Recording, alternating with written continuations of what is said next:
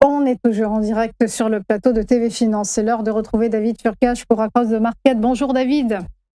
Bonjour Roselyne. Vous êtes président de High Wave Capital. On va commencer par évoquer le Brent. Il y a un reflux, mais ce Brent reste arrimé bien au-delà de son niveau d'avant-guerre. Effectivement, chère Roselyne, vous voyez sur le graphique que vous avez sous les yeux que celui-ci évolue à l'intérieur d'une sorte de canal latéral, et depuis le début de la guerre, c'est-à-dire depuis fin février, il a fortement accéléré, comme tout le monde le sait. Et puis, malgré les négociations, les non-négociations, finalement, celui-ci gravite toujours autour d'une valeur qui est bien au-delà de celle qui prévalait avant la guerre. Et celle-ci provoque des tensions inflationnistes, comme on va le voir tout à l'heure. Mais pour l'instant, pas de reflux significatif. Bien sûr, il est passé de $110 à $80 en très peu de temps, mais cela ne suffira pas à contenir les pressions inflationnistes, comme on verra tout à l'heure. Donc, pour l'instant, cette valeur du Brent autour de $75 reste assez inquiétante pour l'économie mondiale et notamment pour l'inflation. On va enchaîner avec l'indice PCE. On sait que c'est l'indice préféré de la Fed. Il indique, cet indice, que les tensions inflationnistes sont bien présentes et qu'elles gagnent en momentum. Exactement, Roselyne. Le graphique que vous avez sous les yeux représente effectivement l'inflation au mois le mois depuis à peu près un an. Et comme vous pouvez le voir sur ce graphique, à partir du moment où la guerre a débuté et le dollar est monté en flèche, le Brent est monté en flèche autour de $100, tout immédiatement, l'inflation, les pressions inflationnistes ont progressé. Vous voyez qu'en février, l'inflation tournait autour de 2,8%, et dès lors que la guerre a débuté, en mars, en avril et en mai, les pressions inflationnistes ont gagné en momentum, comme vous l'évoquiez, et se situe maintenant, l'inflation, le PCE se situe au-delà de 4%, ce qui est bien loin de la cible d'inflation de la Fed, et donc ce qui laisse présager, comme on va le voir tout à l'heure, que le cycle de taux de la Fed pourrait justement également se tendre.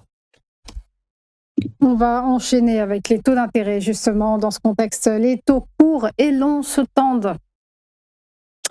Eh oui, effectivement, Roselyne, le graphique que vous avez sous les yeux représente les taux à 2 ans pour la courbe verte et les taux à 10 ans pour la courbe bleue depuis à peu près également un an. Et ce que l'on peut observer, c'est dès le mois de mars également, ces taux à 2 ans et à 10 ans ont réalisé de nouveaux sommets significatifs. Le 2 ans qui est passé au-delà de 3,7% et qui s'estime maintenant autour de 4,2%. Et quant au taux à 10 ans, également a réalisé de nouveaux sommets. Il s'estime maintenant à peu près 4,5, 4,55%. Donc les taux se tendent dans ce contexte, et les taux, comme vous le savez, sur les marchés, anticipent également ici des poursuites de tensions inflationnistes, mais également un cycle, donc comme je disais, de la Fed, qui pourrait également ne pas tarder à appuyer sur la gâchette d'ici la fin de l'année, comme on l'avait dit d'ailleurs au cours des dernières semaines, en présence de votre collègue. On va enchaîner avec la volatilité implicite. À présent, bien que le marché ne perçoive pas de risque. Oui, Roselyne. Alors, bien que, en fait, on a décrit une situation tout à fait dégradée du point de vue de l'inflation, du point de vue du pétrole, finalement, la guerre en Iran a provoqué un surcroît de volatilité implicite. Je rappelle que la volatilité implicite mesure le coût de l'assurance, donc la manière dont le marché perçoit l'avenir et donc le risque.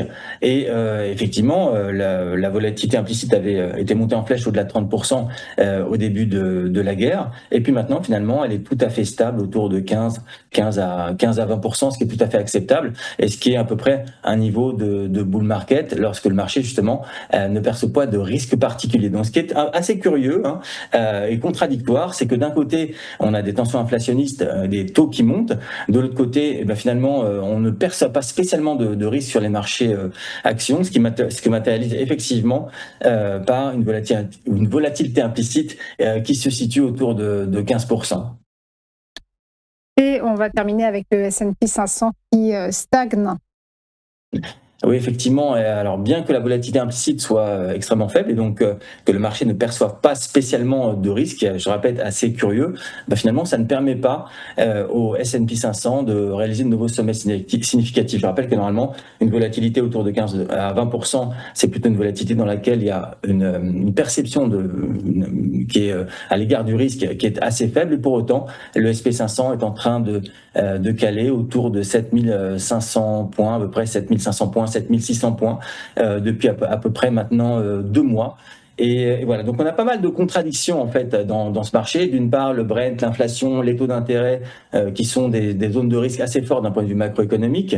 Et puis de l'autre côté, on a un S&P qui stagne, alors que, comme je l'évoquais tout à l'heure, on a quand même une volatilité implicite assez faible, qui est une volatilité normalement de bull market. Donc beaucoup de contradictions dans ce marché. Voilà. Donc voilà ce qu'il faudra noter pour cette émission d'aujourd'hui, un marché en contradiction. De nous avoir accompagnés ce matin, David Furcage. Belle journée à vous. Merci. À suivre le point bourse. À tout de suite.